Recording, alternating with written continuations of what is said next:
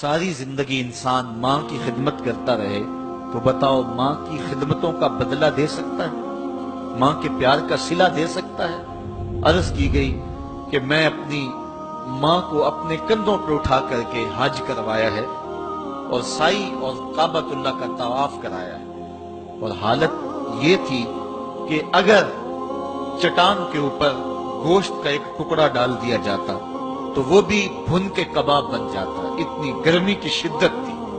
کیا میری ماں نے میری جو خدمت کی، میری کفالت کی، مجھے دودھ پلایا، مجھے جنم دیا، تو میں نے کیا ماں کی خدمتوں کا صلہ دے دیا ہے؟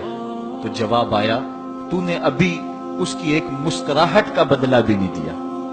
ماں جب ہنس کے دیکھتی ہے تو جنت کی ساری کلیاں کھل اٹھتی، اور بیٹے کی زندگی ماں کی اس ہنسنے سے جو ہے وہ عبارت ہوتی ہے۔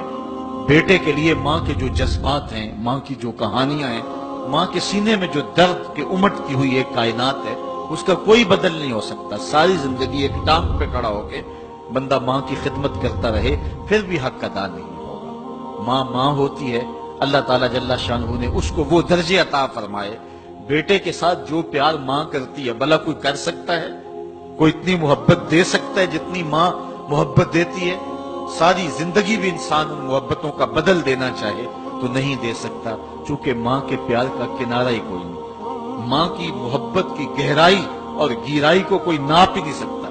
سمندر کے پاتال تک تو شاید کوئی پہنچ گیا ہو، لیکن ماں کے پیار کا کنارہ آج تک کسی کو نہیں ملا۔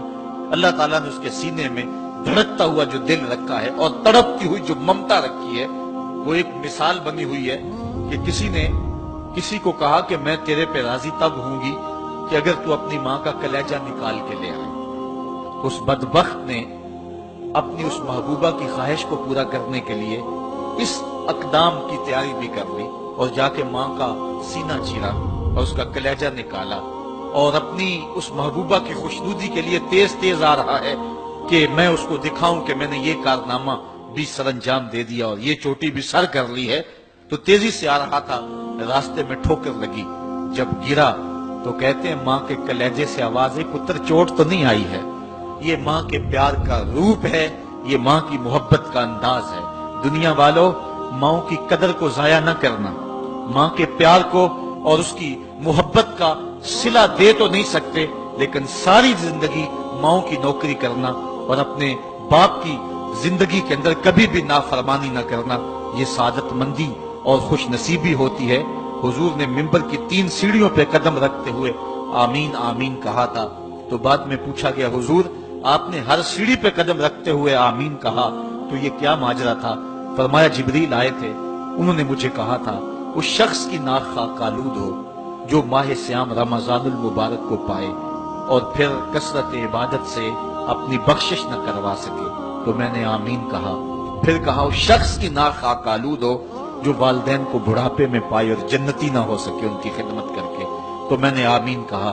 پھر جبریل نے کہا اس شخص کی ناک خاک آلود ہو جس کے سامنے آپ کا ذکر کیا جائے اور آپ پر درود نہ پڑے، تو میں نے آمین کہا۔